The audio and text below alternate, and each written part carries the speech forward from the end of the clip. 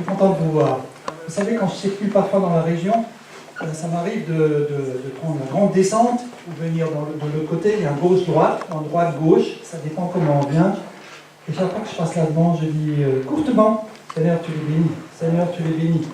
Et c'est la première fois que je viens chez vous, et puis je vous dis félicitations. Amen. Félicitations. Amen. Félicitations. Félicitations. Moi, je me réjouis que ça se répande, que l'évangile se répande. Vous avez les salutations de l'église de Rixheim. Amen. Vous savez où c'est Rixheim? Ah oui. Ouais. Moi, je me permettrais, si le pasteur m'en donne l'autorisation, de saluer Rixheim de votre part. Amen. Ah oui, Amen. j'y tiens. Et je le ferai. Amen. Il a été dit que vous êtes des enfants de Dieu et que vous avez de la valeur. J'ai entendu cela ce matin. Et c'est vrai. C'est vrai. Aujourd'hui, j'aimerais vous parler du pardon. Alors, dans votre schéma de pensée, vous vous dites, eh ben voilà, il va nous dire, pardonne-nous nos offenses comme nous pardonnons, etc. Il y a déjà un schéma qui se fait dans nos têtes. Essayons de laisser les schémas. Ils ne sont pas obligatoirement faux, mais laissons-les un petit peu de côté. Est-ce que Jésus a toujours été agréable dans ses paroles? Oui ou non? Non. Pas toujours, hein? Pas toujours. C'est Mais il disait la vérité. Il disait la vérité. On veut tous que Jésus éclaire nos cœurs, éclaire nos vies. Et on va essayer de voir ça ce matin. Alors peut-être dans un premier temps, je vais vous dire des choses qui ne sont peut-être pas très agréables. Jésus n'a pas toujours brossé dans le sens du poil, mais il a toujours été encourageant. Et c'est aussi avec ça que je terminerai. Vous avez remarqué que pratiquement dans toutes les épîtres, il est dit des choses formidables. Avant que Paul ou n'importe s'adressait à son auditoire, eh bien, il rendait grâce à Dieu. Et je vais vous lire juste dans Éphésiens quelques passages qui vous montreront que nous sommes bénis de Dieu. Par exemple, Jésus-Christ nous a comblé des bénédictions de l'Esprit dans le monde céleste, qui toutes sont en Christ, en lui, bien avant de poser les fondations du monde, et il nous avait choisis pour que nous soyons saints et sans reproche devant lui. Puisqu'il nous a aimés, il nous a destinés d'avance à être ses enfants, qu'il voulait adopter par Jésus-Christ. Et tout cela continue. Tout un passage dans l'Éphésiens. Je prends au hasard. C'est aussi en Christ que nous avons été choisis pour lui appartenir conformément à ce qui avait été fixé, celui qui met en œuvre toutes choses selon son intention qui inspire sa décision. Ainsi, nous avons été destinés d'avance à célébrer sa gloire, nous qui, les tout premiers, avons placé notre espérance dans le Christ, le Messie. Vous voyez, c'est très encourageant. Tout ça, ça nous appartient. Tout ça, ça nous appartient. Les grâces de Dieu, les bénédictions, et pourtant, si vous allez plus loin dans Éphésiens 4, si vous oubliez tout de ce que je vais vous raconter aujourd'hui, retenez ce que je vais vous dire maintenant sur Éphésiens 4, au verset 31. Vous pouvez tout oublier de ce que je vais vous retenir. Et regardez ce que dit Éphésiens 4, au verset 31. Paul a béni toute une église. Il a vraiment béni. Il a dit, votre église, elle a tout. Elle est sauvée par Jésus, elle est aimée de Jésus, elle a été prédestinée, vous êtes des enfants de Dieu. Et voilà ce qu'il dit. Que toute amertume, toute animosité, toute colère, toute calomnie, toute espèce de méchanceté disparaissent du milieu de vous. C'est assez extraordinaire parce que c'est une église à qui il s'adresse. Et moi, je trouve que c'est encore valable aujourd'hui. Et ce que Dieu nous demande, ce n'est pas une option, c'est une obligation. Toute amertume, toute animosité, toute colère, toute calomnie, toute espèce de méchanceté disparaissent du milieu de nous. C'est une obligation. Et moi, je crois qu'on est en chemin. parce qu'on n'est pas parfait, moi non plus, pour rejoindre le standard de Dieu. Il faut qu'on le fasse tôt ou tard. Je préférerais dans ma vie que ce soit tôt que tard, mais cela peut arriver. Ça peut arriver, on a du temps à pardonner. Ça, Dieu ne nous le reproche pas, mais Dieu nous demande de le faire tôt ou tard. Vous avez entendu peut-être Michelle Obama qui a dit « Je lui pardonne ». À qui donc? À M. Donald Trump. Elle a dit à son propos « Je ne lui pardonnerai jamais ». Est-ce que vous avez entendu ces propos peut-être? Ok. Son mari, en 2009, était particulièrement visé par le président des États-Unis actuel, M. Trump, entre autres, d'autres aussi, de ne pas être né sur le territoire des États-Unis et donc de n'être éligible à la fonction de président des États-Unis.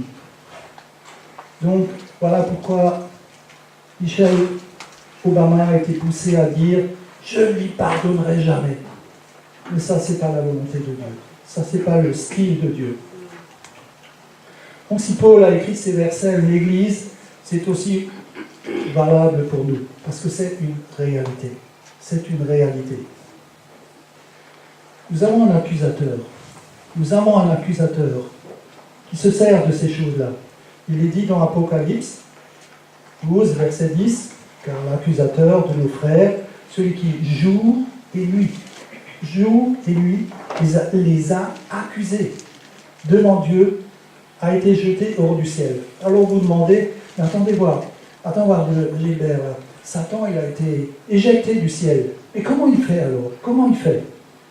Savez-vous qu'il se sert de vous, de moi, de nous, pour nous accuser les uns les autres, pour nous critiquer, pour nous trouver des choses mauvaises, des choses à reprocher? Oui, Satan a été éjecté, mais parfois nos paroles vont dans son sens. Chaque fois que je critique la conduite d'un enfant de Dieu, c'est Dieu que je critique. Chaque fois que je critique un conducteur spirituel, c'est Dieu que je critique. Parce que c'est une façon de dire, attends Dieu, tu n'as pas bien fait ton travail. Le frère, le conducteur, tu as mal fait ton travail, tu aurais dû choisir quelqu'un d'autre. Et chaque fois que vous entendez un chrétien qui critique son frère en Christ, soyez sûr que c'est le travail de Satan. C'est pas compliqué, mais c'est une réalité. Si nous marchons ensemble, unis en Christ, nous constituons une menace grave pour le royaume de Satan. Si nous sommes unis. Parce qu'il connaît parfaitement l'autorité, la puissance que chacun d'entre vous détient en Christ, lorsque nous sommes main dans la main. Et vous connaissez ce verset, Matthieu 18, verset 19, chapitre 18, verset 19. Je vous dis encore que si, il y a toujours ce petit si, c'est terrible les si de Dieu. Si deux d'entre vous s'accordent sur la terre pour demander une chose quelconque, elle sera accordée par mon Père qui est dans les cieux. On se débat tous avec nos soucis, avec nos problèmes et nos tentations. Et moi aussi. Bien souvent, je vois la paille dans l'œil du voisin et je ne m'occupe pas de la poutre qui est dans le mien. Qu'est-ce que ça donne tout ça? Beaucoup de chrétiens blessés, il y en a, eh bien laissent l'amertume envahir leur cœur et leur vie. Et l'amertume peut devenir une véritable prison. Véritable prison. Vous savez, je vous ai dit il y a plusieurs fois que j'étais un petit peu comme vous, et je ne suis pas meilleur, mais quand j'ai eu affaire à l'amertume, j'ai voulu jouer au redresseur de tour. Vous savez, le Zorro évangélique. Je ne suis pas ça du tout. Parce que le Seigneur m'a montré que ce n'est pas comme ça qu'il fallait procéder. Alors, pas du tout. J'ai été confronté à cela. Et la seule voie de sortie que j'ai pu trouver quand j'ai entendu le Seigneur qui m'a dit, après des mois de lutte. Donc, si vous avez des mois de lutte dans l'amertume, quelque chose qui vous a blessé et vous n'êtes pas d'accord, même avec un conducteur spirituel, Je vous encourage à ne pas abandonner, parce que la fin, la sortie qui m'avait été proposée par Dieu, c'était le pardon. Et de prier même pour les gens qui m'avaient fait du tort. Ça m'aide moi parfois, parce qu'on est un peu, surtout les Alsaciens. Un peu, les Bretons, il y a des Bretons dans la salle. Ok. Donc, la repentance, c'était la seule façon de se sortir de ce piège de l'amertume. Parce que le statut de victime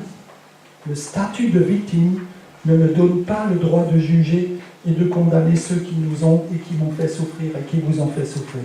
Ça ne me donne pas le droit de juger.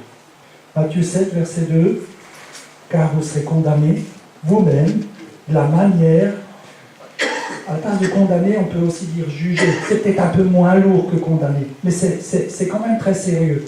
Vous serez condamnés vous-même de la manière dont vous aurez condamné, et on vous appliquera la mesure dont vous serez servi pour mesurer les autres. C'est une médaille à deux faces. Si vous critiquez et jugez, Dieu dit, voilà, j'appliquerai la même recette. Mais si vous bénissez, moi j'aime bien ce verset, mais vous serez aussi jugés de la même manière, c'est-à-dire Dieu vous bénira, Dieu vous fera du bien. Ce n'est pas une menace ce verset, c'est simplement une réalité. Attention les gars, faites pas comme ça. Mais on peut retourner le verset et dire, voilà, moi je veux du bien pour un frère ou une sœur, je lui pardonne, je lui veux du bien. C'est pas facile, mais vous verrez que Dieu agit de la même façon pour vous. Alors, condamner ou juger. J'ai essayé de trouver un petit peu des verbes qui ressemblent et ça nous donne une meilleure idée de ce que ça veut dire juger ou condamner.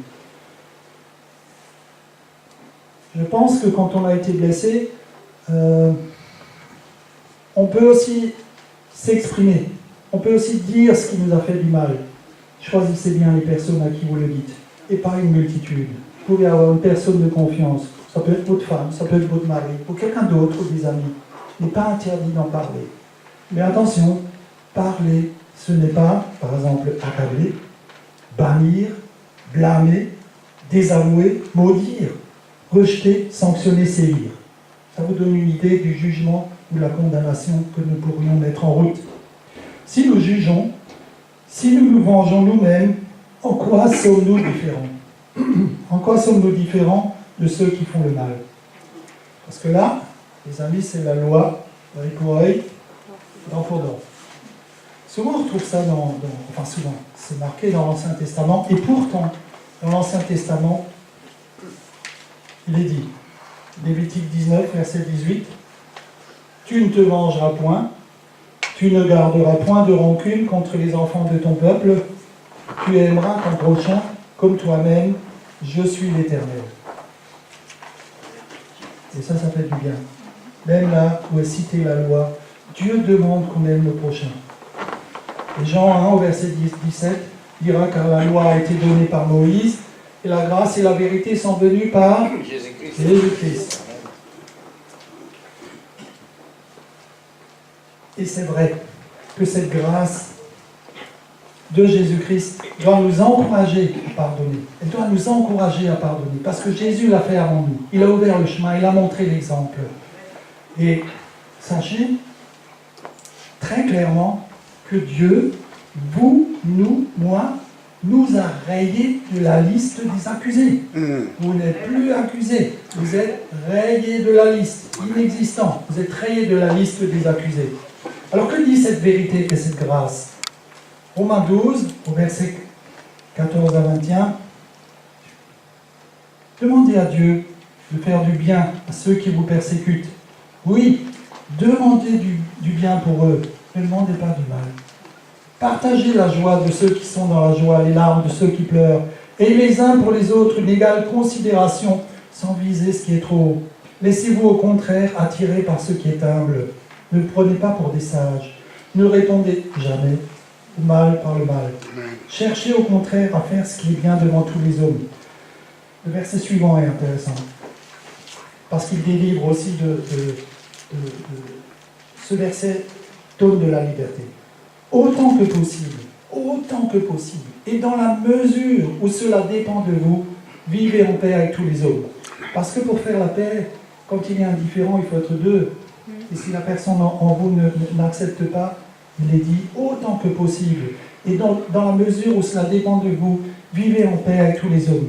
Mes amis, ne vous vengez pas vous-même, mais laissez agir la colère de Dieu. Car il est écrit, c'est à moi qu'il appartient de faire justice. C'est moi qui rendrai à chacun son dû. Mais voici votre part. Si ton ennemi a faim, donne-lui à manger. S'il a soif, donne-lui à boire. Par là, ce sera comme si tu lui mettais des charbons ardents sur la tête. Ne te laisse jamais dominer par le mal. Au contraire, sois vainqueur du mal par le bien. Alors l'histoire des charbons ardents, moi je m'étais imaginé, voilà, je vais lui mettre des charbons ardents sur la tête et il va déguster. Non, pas du tout, il va avoir tellement chaud. Et si vous regardez bien les versets d'avant, c'est que si vous lui faites du bien, il va être touché par votre façon de faire du bien. Et ça va changer ses idées. Il y a une idée de chaleur, mais il ne sera pas brûlé. Il ne sera pas brûlé, ça lui fera du bien. Autant que possible. Vivez en paix avec tous les hommes.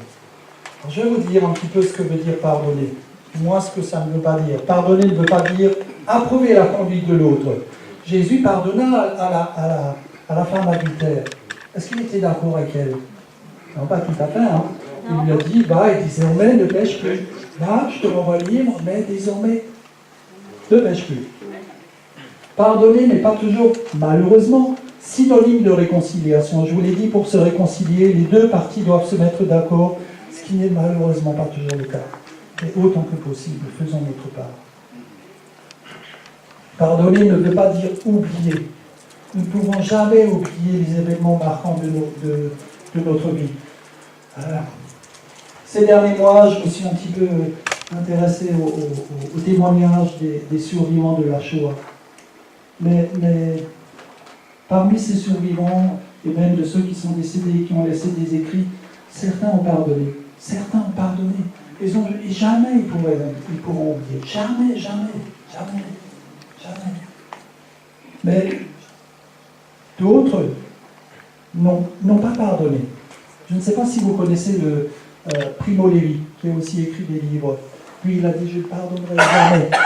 Ça fait un peu référence à Madame Obama. Il ne pardonnerait jamais. C'est un homme qui s'est suicidé. Il n'a pas réussi à pardonner. Moi, je ne juge pas. C'est vraiment des choses très dures. Mais voilà. Le pardon est toujours un sacrifice. Et je vous l'ai dit, moi j'ai vécu des mois de lutte. Dans ma voiture, surtout quand j'allais au volant de ma voiture. Et je faisais un discours.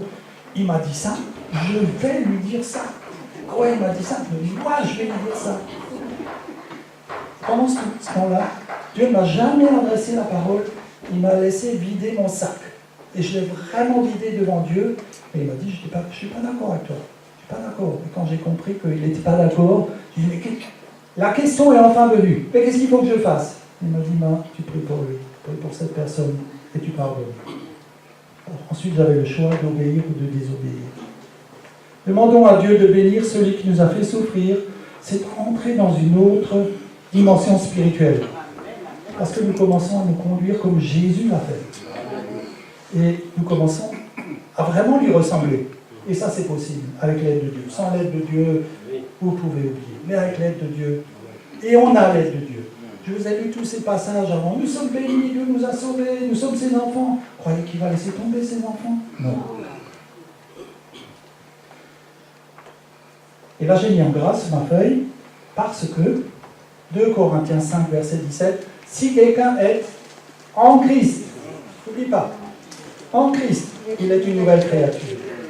Les choses anciennes sont passées, voici, toutes choses sont devenues nouvelles. Il y a l'espoir, les amis. Nous changeons vraiment au contact de Jésus. Nous changeons au contact de Jésus. Le pardon est une action particulièrement importante pour notre bonheur à chacun d'entre nous. Si nous voulons vivre heureux, pardonnons. Mais c'est vrai, restaurer la confiance, ça peut mettre du temps. Et c'est normal, c'est normal. Et là où Dieu est magnifique, c'est que Dieu crée des circonstances, et moi souvent je l'ai vécu, quand je me disais, l'affaire est bouclée, jamais les relations sont restaurées. mais Dieu crée les circonstances. Quand on demande à Dieu, écoute Seigneur, regarde la situation, c'est loupé, jamais. Seigneur, si tu peux faire quelque chose, et hop, Dieu crée une circonstance, autant où il faut, mais il le fait. Et ces occasions sont là pour mettre un terme à nos différends. Si nos efforts sont sincères et loyaux, Dieu ne laissera jamais un conflit sans issue. Si nos efforts sont loyaux et sincères, Dieu ne laissera jamais nos efforts sans issue. Un conflit sans issue. Il est dit que le fer aiguise le fer. Moi, je le comprends comme ça. Ce n'est pas obligatoirement pour blesser. Mais c'est pour dire la vérité à Satan. C'est toi que je pointe de mon épée. C'est toi que je dis, tu as perdu. Pour semer la discorde entre les frères et les sœurs. Maintenant que j'ai un peu mieux compris la parole de Dieu, le fer aiguise le fer. C'est vers toi que je pointe l'épée. Que je dis, tu as perdu. Tu as échoué dans ton problème, dans ton projet de discorde. N'accepte pas l'idée de ne plus jamais faire confiance à celui qui t'a trahi. Difficile. Ta guérison va prendre du temps. Et tes réticences dans ce domaine, encore une fois, sont naturelles. Mais refuse de t'installer dans la méfiance et le soupçon. Ça te rendra malade et ça va te fatiguer et t'épuiser, voire te détruire. Refuser la vengeance, la rancune, l'amertume. C'est le lot, c'est notre lot aujourd'hui. C'est ça que nous devons faire, et de pardonner. Le reste, c'est la croix que tu peux déposer cela. La croix de Jésus que tu peux déposer cela. Je vais vous lire un verset en allemand. Je suis sûr que ça ne s'est jamais fait ici. Ah oui. 1 Pierre 5, verset 8. C'est un peu difficile l'allemand parce qu'il faut drôlement articuler. Et après, je le lirai en français, évidemment. Mais écoutez bien, c'est aussi pour amener du rythme un petit peu et bien digérer ce que la parole de Dieu nous dit. Évidemment, en allemand, vous ne le connaîtrez pas, mais après en français, vous verrez, c'est bien évident. Seid besonnen und wachsam und jederzeit auf einen Angriff durch den Teufel, euren Feind, gefasst. Wie ein brüllender Löwe streift umher und sucht nach einem Opfer, das verschlingen kann. Quelqu'un a compris? Non. Voilà. Mon accent n'est pas parfait, mais voilà, je vous dis en français. Soyez vigilants. Soyez vigilants et éveillés. Et soyez toujours prêts pour une attaque du diable, notre ennemi. Comme un lion rugissant, il erre à la recherche d'un sacrifice. Vous savez qui c'est le sacrifice? Bah oui, c'est vous. C'est vous, c'est moi, qui veut avaler, dévorer. Avaler, dévorer. Satan planifie la destruction des frères et des sœurs et d'une église complète. Il le planifie. Il cherche l'anéantissement d'une église. Alors je voudrais vous dire, la bataille ne concerne pas ton passé. La bataille concerne ton présent et plus encore ton avenir. Amen. Et moi, je ne veux pas être le prochain repas de Satan. Je ne veux pas être le repas de Satan. Et aucun d'entre nous. Laissons l'amour de Dieu nous remplir de Jésus de telle sorte qu'il déborde aussi pour ceux qui nous ont blessés. Hébreux 12. Est-ce que je n'ai pas été trop sec dans ces choses-là? Non. Je vous encourage à revisiter. Hébreux 12, verset 15. Veillez à ce que personne ne passe à côté de la grâce de Dieu, qu'aucune racine d'amertume ne pousse et ne cause du trouble en empoisonnant plusieurs d'entre vous. Veillez à ce que personne ne se prive de la grâce de Dieu. Mais c'est quoi cette grâce de Dieu qui circule parmi nous? C'est quoi? Ce sont toutes nos paroles de réconfort, d'accueil, de douceur, de bonté, de paix, de bénédiction, d'encouragement, toute attitude bienveillante, attentionnée, affectueuse, reconnaissante, pleine de douceur. Et la liste est longue. Et pourquoi la liste est longue? Mais parce que Dieu a inventé des lendemains pour nous guérir de ceux de la vieille veille.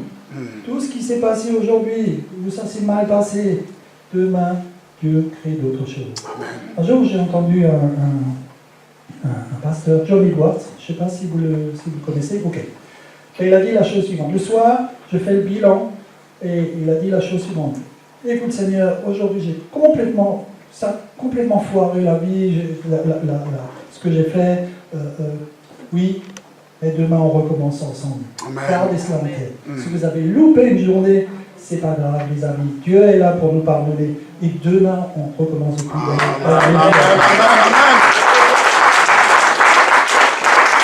Romains 8. Et cela a été entendu ce matin, au verset 38 à 39. Je suis convaincu.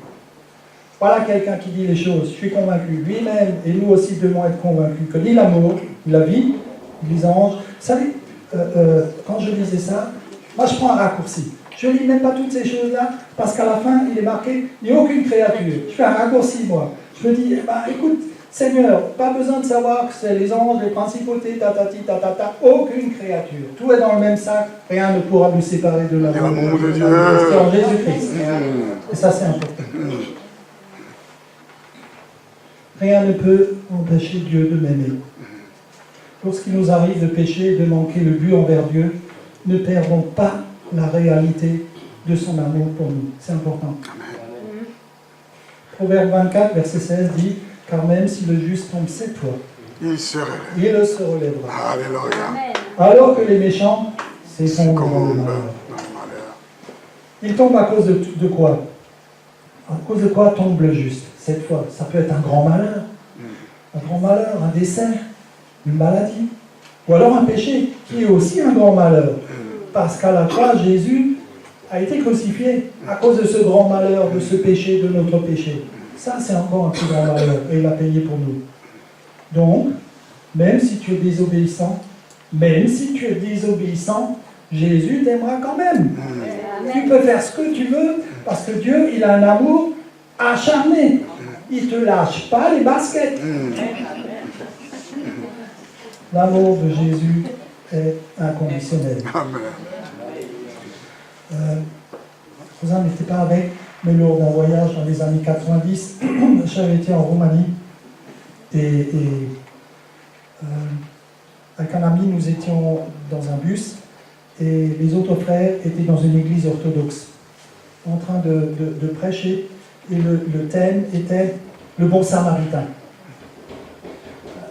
Juste pour expliquer la situation, c'est que les gens étaient vraiment des gens modestes, des gens pauvres, et le clergé en place était très directif. Il allait pas mal du tout, mais il y avait beaucoup de gens qui allaient beaucoup moins bien. Et donc, il y a des frères et sœurs qui ont été invités à prêcher. D'ailleurs, c'était des Anglais. Et puis, ils ont prêché sur le bon samaritain. Et quand ces gens modestes ont compris, le bon samaritain a relevé celui qui était à terre, qui était blessé, ils ont compris que Jésus les aimait. Jésus a compris que les aimait. Vous vous rappelez, le pharisien a passé à côté. Oh, j'ai pas trop le temps, voilà quoi. Non. Ils ont compris que Jésus les aimait. Et là, il y a eu une distribution de Nouveau Testament. C'était la boulangerie céleste. Parce que ces évangiles sont partis comme des petits pains. C'est la boulangerie céleste. Tout est parti. Tout est parti. Les gens avaient envie de connaître ce Jésus qui les aimait. Qui avait la considération pour des gens modestes. Pour eux qui étaient modestes. Ils ont compris que Jésus les aimait de tout leur cœur.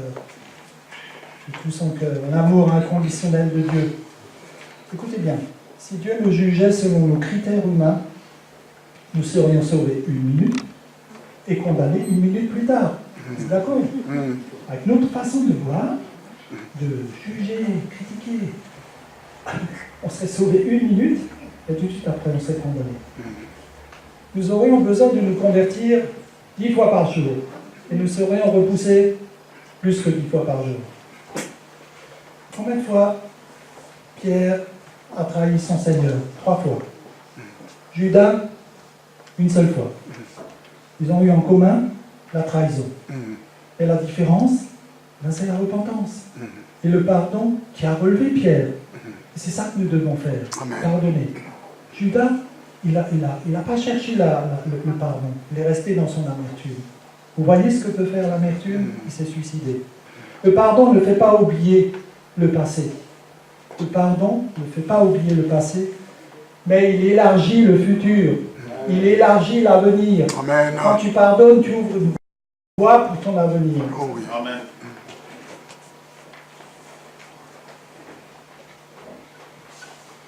Je voudrais vous raconter aussi l'histoire de Joseph, qui est là. Avant, on a vu ce que le pardon n'est pas. Oublier n'est pas, c'est pas pardonner. Mais le vrai pardon, on le trouve par exemple dans l'histoire de Joseph, à Genèse 45. Et personne n'avait de meilleure raison que Joseph d'avoir une dent contre ses frères et sa famille. Et pourtant, il était issu d'une bonne famille, de Jacob. Hein. Mais ses frères, alors là, il aurait pu avoir vraiment une dent. Qu'est-ce qu'on aurait fait à sa place? Moi, je me pose la question. Et il avait le droit de compter sur sa famille. Il avait le droit d'avoir le support de sa famille. Comme chacun d'entre nous, vous avez des frères et sœurs. On aime bien que nos frères et sœurs nous servent de près. Mais ses frères ont vendu. Où est l'unité? Où est la loyauté? La protection de la famille de Joseph? Les frères de Joseph étaient jaloux. Joseph a fini en prison. En Égypte d'abord, où il croupit effectivement pendant 13 ans. 13 ans en prison. 13 ans au fond d'une prison. Ensuite, il était devenu Premier ministre, ce qui est une promotion extraordinaire. Et voilà que les frères y rappliquent. Ils ont besoin de Joseph, qu'ils n'ont pas reconnu immédiatement, et recherchent son aide. Qu'est-ce qu'on aurait fait à sa place? 22 ans après avoir été trahi et vendu, Joseph comme esclave, ses frères se retrouvent debout devant lui. Cette fois-ci, Joseph est Premier ministre. Comment allait-il les traiter? Et déjà, dans ce verset, au chapitre 45, au verset 1, il demande à tout le monde, il se met à pleurer, il demande à tout le monde de sortir. Vous croyez qu'il demande à tout le monde de sortir parce qu'il pleure? Non. Il voulait que personne ne sache, il voulait rester en famille, et que personne d'autre de lui ne sache ce que ses frères lui ont fait. Vous voyez, le pardon, il a réglé les choses en famille. Il a réglé les choses en famille. C'est ça le secret du vrai pardon. Amen, amen, amen.